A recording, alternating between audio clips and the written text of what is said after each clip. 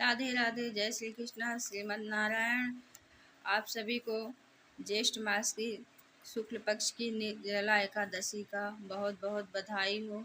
आप सभी लोग एकादशी का व्रत तो की होंगी। तो मैं आप लोगों को, आप जाइएगा नहीं तो आप लोग मेरे लिए कथा सुनाने जा रही हूँ। पहले आप लोग कथा सुनिए, फिर आगे बताती हूँ आपको कि कैसे पारण और विधि क्या है, इसका दान क्या है, तो आगे बताऊंगी। तो पहले आप लोग कथा सुन लीजिए। श्रीमन नारायण। व्यास मुनि के पास जाकर भीमसेन ने पुकारा कि मेरी पूज्य माता कुंती व पूज्य भ्राता युधिष्ठिर तथा अर्जुन, नकुल, सहदेव, द्रौपदी सहित एकादशी का व्रत करते हैं और मुझे भी शिक्षा देते हैं कि तू अन्न मत खा, नरक में जाएगा। आप विचारिए मैं क्या करूं। 15 दिन बाद यह एकादशी आती है और हमारे घर में झगड़ा उत्पन्न हो जाता है। मेरे उदर में अग्नि का निवास है, उसे अन्न की आहुति न दूं तो चर्बी को चाट जाएगी। शरीर की रक्षा करना मनुष्य का परम धर्म है। अतः आप ऐसा उपाय बताइए जिससे सांप भी मर जाए और लाठी भी न टूटे। अर्थात ऐसा व्रत करो जो वर्ष में एक दिन करना पड़े और मन में व्याधियों का नाश करने वाला हो। 24 एकादशियों का फल उससे करने से मिल जाए और मुझे स्वर्ग से संबंधितों के साथ ले जाए। व्यास जी बोले, ज्येष्ठ शुक्ल पक्ष की एकादशी का नाम निर्जला है।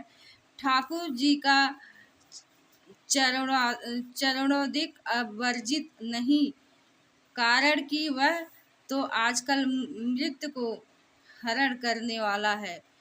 जो निर्जला एकादशी का व्रत श्रद्धा सहित करता है उसे 24 एकादशियों का फल मिलता है, निश्चय ही स्वर्ग को जाता है। व्रत में पितरों के निमित्त पंखा, छाता,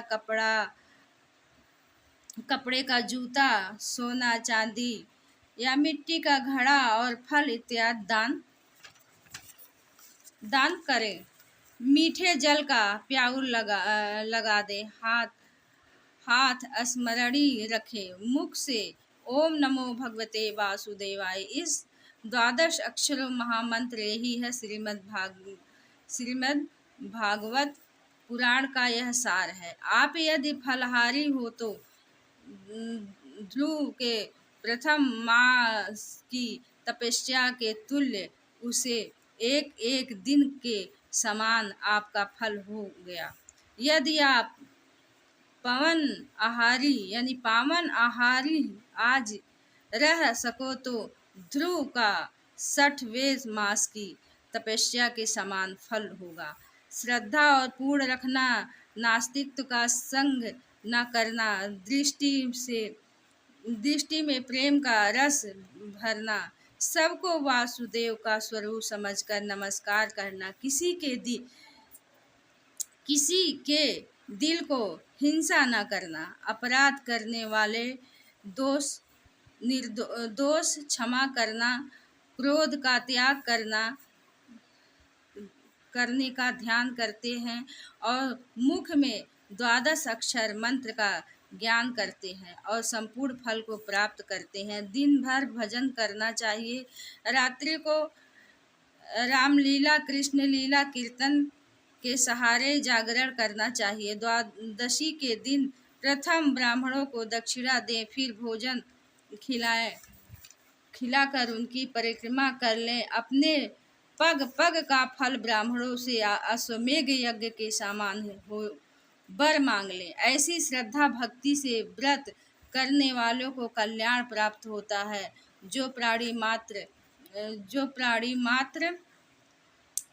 मात्र को वासुदेव की प्रतिमा समझता है, उसको मेरी कलम लाखों प्रणाम के योग कहती है। निर्जला का महत्व सुनने से दिव्य चक्षु शुक्ल जाते हैं। प्रभु घूंघट उतार कर मन में मंदिर में प्रकट दिखाई देते हैं। इस एकादशी को सिफली सिफली नाम पांडवी या भीमसेनी भी कहा जा सकता है। फलाहार इस दिन कैरी का सागर लेना चाहिए। बोलो श्रीमन नारायण। बोलो एकादशी मैया की जय। राधे राधे।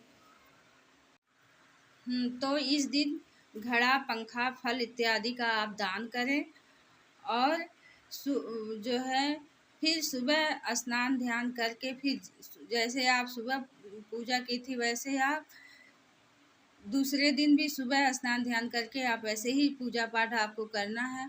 उसके बाद दक्षिणा निकाल दीजिएगा। उसके बाद जो है अपना भगवान का जो चरणामृत है उसको आप पूजा करने के बाद ग्रहण करिएगा। दक्षिणा उक्षिणा सब दे दीजिएगा। उसके बाद आपका व्रत पूर्ण हो जाएगा। बोलो श्री राधे राधे।